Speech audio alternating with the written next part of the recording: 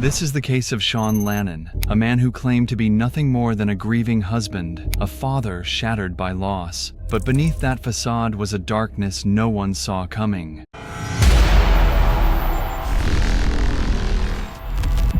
On March 5, 2021, 2 police officers were dispatched to Albuquerque International Sunport to investigate an abandoned truck parked on the top floor of the airport's parking deck. At first glance, the situation didn't seem out of the ordinary. Vehicles were often left in short-term parking for days. However, this particular vehicle stood out. Airport security had reported a horrendous odor emanating from the beat-up old Ford Ranger. Inside its bed were multiple plastic tote boxes, and there was another tote in the front seat. Something felt off. One officer commented on the smell, noting it wasn't exactly decomposing flesh, but something foul. Security confirmed the vehicle had been there the day before. Kind of smells. Kind of smells, but I mean,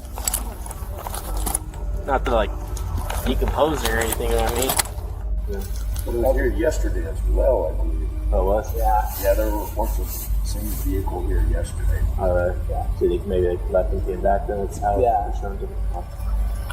There's a pretty foul smell coming from the vehicle. Yeah. Every so often. I don't know if you noticed. Yeah, I can't really tell what it was. I can't really think it smelled like decomp body or something like that, but I don't know. But yeah, I can smell something, but I can't really tell what it was. It also smells like dirty. Yeah, it's just kind of odd and out of place, especially with all the Tupperware in there. And Yeah, it's definitely weird.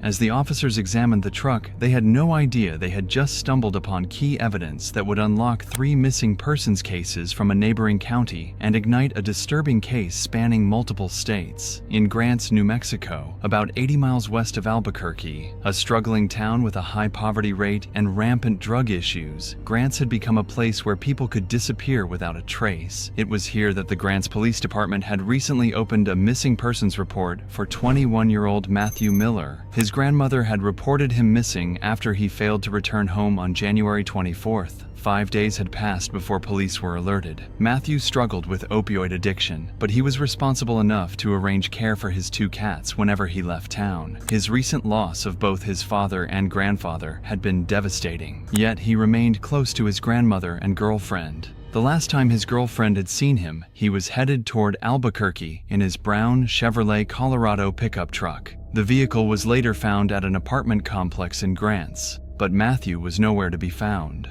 Just a block away from where Matthew's truck was discovered, another missing persons case had emerged. Jennifer Whitman Lannon, a 39-year-old mother of 3, had been reported missing by her ex-husband, Sean Lannon. Originally from New Jersey, the couple had moved to New Mexico years earlier for Sean's job in solar energy. Jennifer had been a licensed nurse, but her drug addiction led to Sean gaining legal custody of their children. When the pandemic hit, Jennifer moved back in with Sean and their kids, but their financial struggles worsened. The household often went without electricity or water, and eviction was only prevented by emergency pandemic laws. According to Sean, Jennifer had fallen back into drug use and one day left town with her boyfriend, Justin Mata, and another man known only by his street name, Suspect. They had allegedly taken off for Arizona with a small bag of fentanyl pills, hoping to sell them to fund a bigger drug deal. Sean said she never returned. Though Jennifer had disappeared in the past, she always came back when she ran out of money. This time,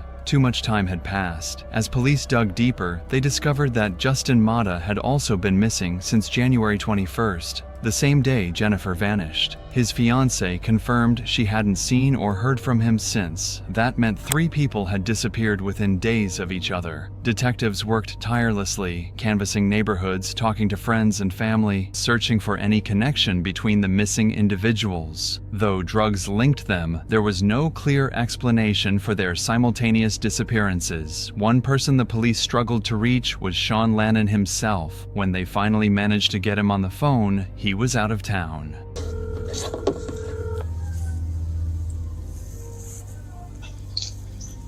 Hello? Hey, is this Sean?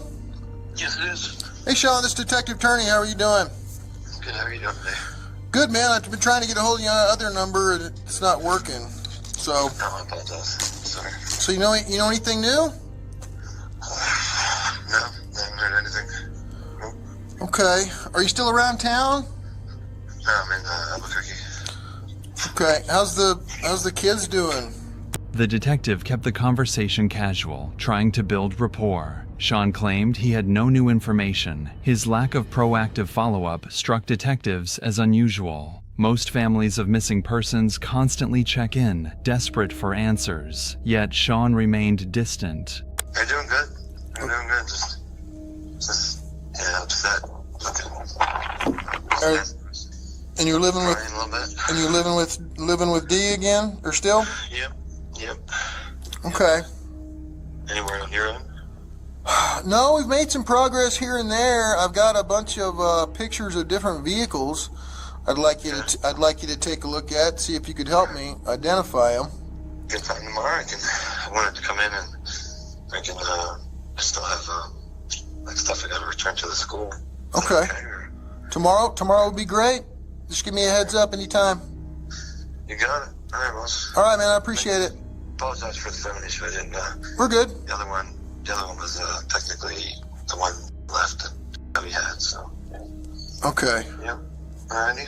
Apologize now. All right. What? Any idea what time tomorrow? In the afternoon, I gotta get a ride. So. Okay. Alrighty. All right. Just make sure the kids are taken care of, and we'll go from there. Yeah. All right. Thanks, sir. We'll see you tomorrow. Bye. Thanks, man. Not long after that call, Sean was arrested for missing a court date related to an assault charge from November. With him now in custody, detectives took the opportunity to question him. On February 25th, an officer and a detective arrived to pick him up for interrogation. In the stark, windowless room, Sean sat across from the detective, his posture tense. A missing persons poster of Matthew Miller was pinned to the bulletin board behind them. The detective started by explaining that everyone connected to the case was a suspect, including Sean. His goal was to rule people out, one by one. Sean, he emphasized, was the next person under scrutiny. Then, the detective made a bold statement. Everything Sean had told them before had been a lie. Sean's body language shifted. He fidgeted, touched his face, a sign of stress, and avoided eye contact. These missing people. You know that, okay? Everybody is a suspect, okay? Everybody. I deal with suspects, witnesses, and victims. Everybody is a suspect, okay? And it is my job to take the suspects one at a time and rule them out. Sounds good. And I can't rule one out. I can't move on to the next one. I can only deal with one at a time, okay? You are our suspect that I want to try and rule out. Okay? The things that you've told us, okay, I've completely ruled each one of them as just an outright lie. Okay? Let's talk about it, sure. Because of the facts. I have surveillance all over this town. Right, cool. Okay?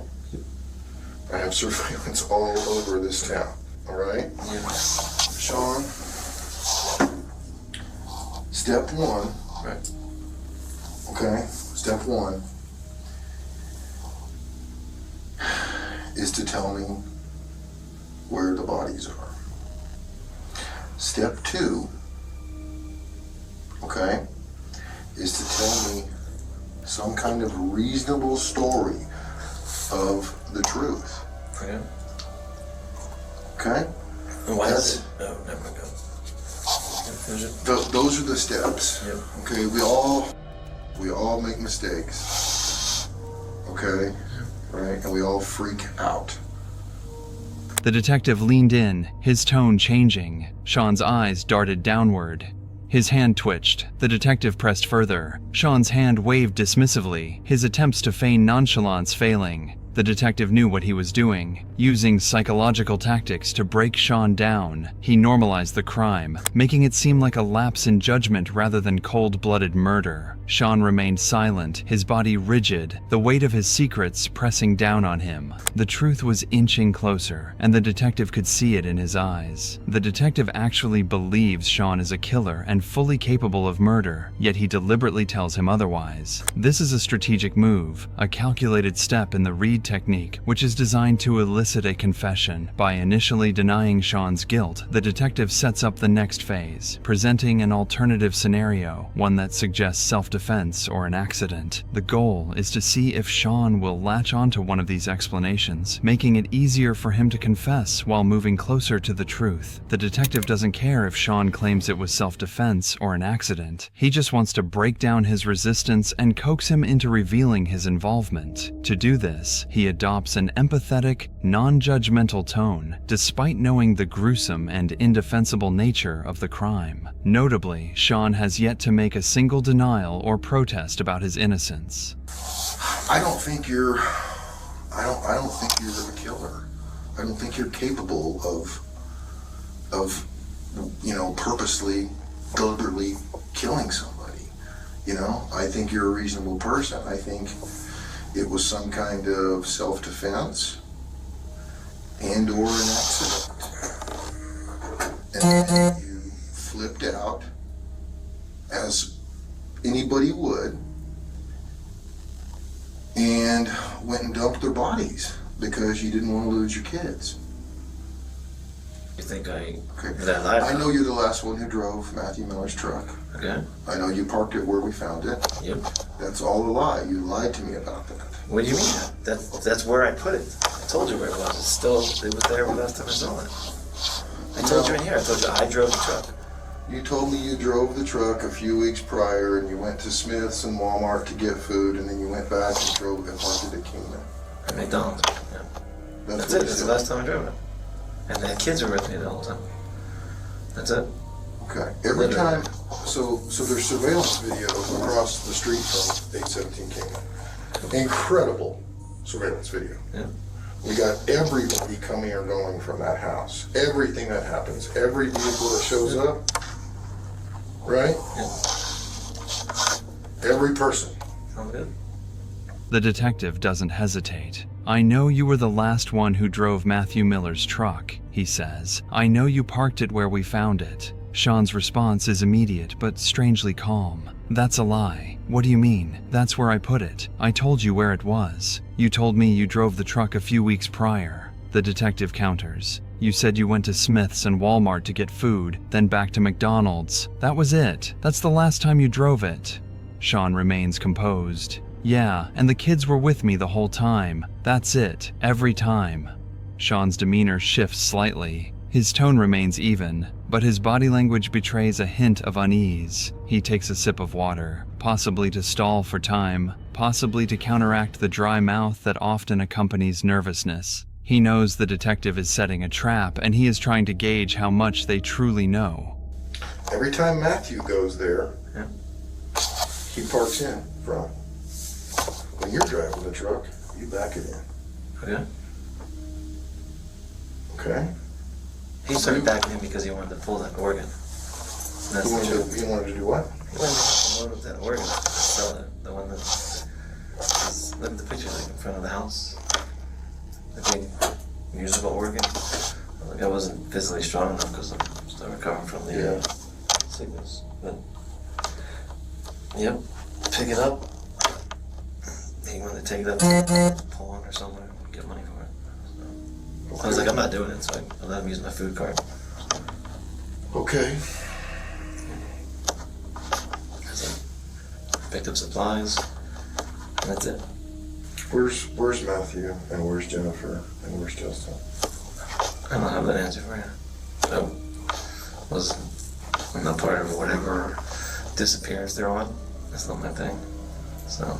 It's his first direct denial, but it lacks conviction. He is calm, unnaturally so for someone accused of murder. Instead of outright protesting, he rambles about trivial details, a tactic often seen in deceptive individuals. Sean's defense starts to crumble. He throws out explanations, but none hold weight. The detective seizes the moment. "I think you guys got into a fight. I think it was self-defense. Justin came at you, and something weird happened. You were just protecting yourself and the kids." His denial is weak. The detective has struck a nerve. Sean reveals what could be a motive. Jennifer had been sleeping around, and Justin, her new boyfriend, may have been an obstacle. Could jealousy or fear of being reported have driven Sean to murder? On February 10th, the day Jennifer was reported missing, Sean made a suspicious stop at Kelly Toto's house. He left behind a bag containing a gun and Jennifer's IDs. The detective confronts him about it. Sean's explanations grow tangled. He backtracks, contradicts himself, and stammers. The detective lays it out plainly. Sean took a bag containing a gun and IDs to Kelly's house, then went back later to retrieve it. He was trying to hide evidence. The detective shakes his head. It's been a month. No calls, no contact. Not from her,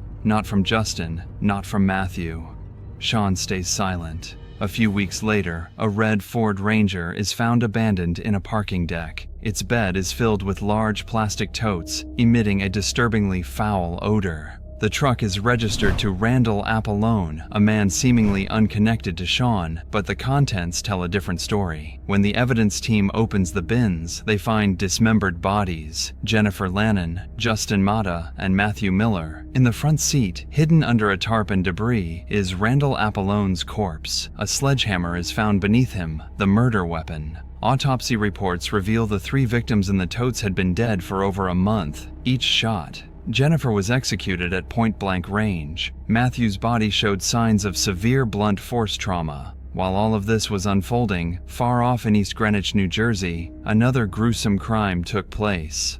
On March 8th, someone broke into the home of 66-year-old Michael Dabkowski and brutally beat him to death with a hammer. Dabkowski, a retired chemical engineer, had a long history of community involvement. Decades earlier, he had served as a mentor in the Big Brothers Big Sisters organization for a young Sean Lannon and his twin brother. Thousands of miles separated the crime scenes, and decades had passed since their initial connection, but investigators had no doubt Sean Lannon was not just a suspect anymore. He was a multiple murderer. He was mobile, and he could very well be heading back to New Mexico to tie up any remaining loose ends. A nationwide manhunt was launched. Resources from local police to interstate license plate readers were mobilized. A fugitive capture task force was assembled from the St. Louis Metro Police Department and the U.S. Marshals Service. In the early morning hours, the team closed in. They spotted someone inside Dabkowski's stolen car. With 18 officers surrounding the vehicle, a deputy marshal shattered the window and yanked Sean Lannon from the driver's seat. Lannon surrendered without resistance, but he was carrying a knife. Inside the vehicle, investigators found the hammer used in the New Jersey murder, a hatchet, $625 in cash, a sizable coin collection stolen from Dabkowski's home, and a tote filled with other stolen items. He was swiftly taken into custody. Detectives from New Jersey and New Mexico boarded planes bound for the Midwest, ready to interrogate him.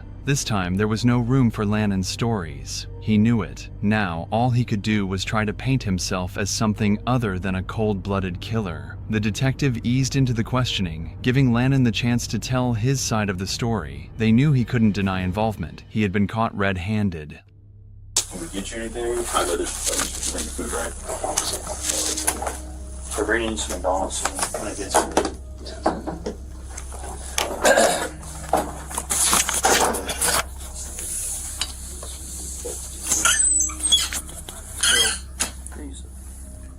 Okay, so we're kind of coming in this little road here. Just want to kind of talk to you some about some things that happened in New Mexico in general, but Albuquerque after the fact. From wherever you're ready, came out. I know you just kind of tell me how you got into New Mexico and how some of this went down. 4 years ago. Both kids, the nanny was Diana. Someplace sometime later, Jennifer comes. Jennifer never get along. So at some point, took a job with corrections and did that. Jen stayed at the house, failed out of rehab a couple times. Pretty much always had a nanny off and on. covered all the kids. I worked a lot. Recently I lost my job. After I got sick. Apparently had endocarditis. An infection in my heart. Lannon started with a long, rambling tale of hardship. He had moved to New Mexico for a job 4 years ago. He had lost that job after developing an endocarditis infection, which led to hospitalization. He claimed financial ruin had forced him into desperate decisions. Then, he shifted to the day everything fell apart. According to him, he had returned home from a walk to Walmart and discovered his children unconscious. His ex-wife Jennifer and her boyfriend Justin were there, unfazed. Lannon claimed he frantically tried to revive the kids, but they had no pulse. Jennifer, he said, admitted to drugging them. He described how Jennifer kissed the children's foreheads, told them she would see them in a minute, then overdosed on heroin. He insisted that she wanted to die and asked him to make sure she didn't wake up. That's when he pulled the trigger. A week later, he lured Justin to the house, pretending to be Jennifer on the phone. When Justin arrived, Lannon shot him too. Lannon's confession didn't stop there. He described how Matthew Miller, a young man who occasionally helped him with errands, visited the house. Lannon claimed he saw Matthew's girlfriend, who looked disturbingly young, and that Matthew had been involved in something dark. Still, Lannon admitted that when Matthew returned alone one day, he shot him in the back of the head, unprovoked. The bodies of Jennifer, Justin, and Matthew were now piling up inside the house, hidden under a barricade of furniture. Meanwhile, Lannon and his children continued living there. When the stench became unbearable, he decided to dispose of them. He packed their remains into storage containers and arranged to have them moved. One of the men helping him with transportation, Randy, demanded extra money for holding the containers. Lannon didn't have it. He claims they got into a fight, and he killed Randy in the front seat of the truck, bludgeoning him with a hammer. With 4 bodies hidden in storage containers, Lannon fled to New Jersey. There, he tracked down Michael Dabkowski, the man who had mentored him as a child. Lannon claimed that Dabkowski had compromising photos of him from his youth, but in court, no evidence of such material ever surfaced. It is far more likely that Lannon knew Dabkowski had cash and a valuable coin collection. Just another target. Lannon's killing spree finally ended with his arrest. He pleaded guilty to all 5 murders. For Dabkowski's murder in New Jersey, he was sentenced to 35 years. For the killings of Jennifer, Justin, Matthew, and Randy in New Mexico, he accepted a plea deal and was given 15 years for each case. He will serve his time in New Mexico first. If he is ever paroled or serves out his full sentence, he will be transferred to New Jersey to begin his 35-year term there. Sean Lannon offered many explanations for his crimes, but none of them held up in court. No evidence supported his claims of abuse, predatory behavior, or self-defense. He had nearly 2 months to craft a story, but it all fell apart under scrutiny. Investigators found no proof of his claim that he had killed 11 more people in drug-related incidents. His emotionless confessions, the casual way he spoke about his crimes, and his apparent ease in taking lives suggest something deeper, a darkness that even he struggled to explain. That's all for this video. We hope you have found this video informative and interesting. What are your thoughts about this case? Let us know in the comment section. Make sure to subscribe to our channel and hit that bell icon for more interesting videos like this. Thank you for watching our video.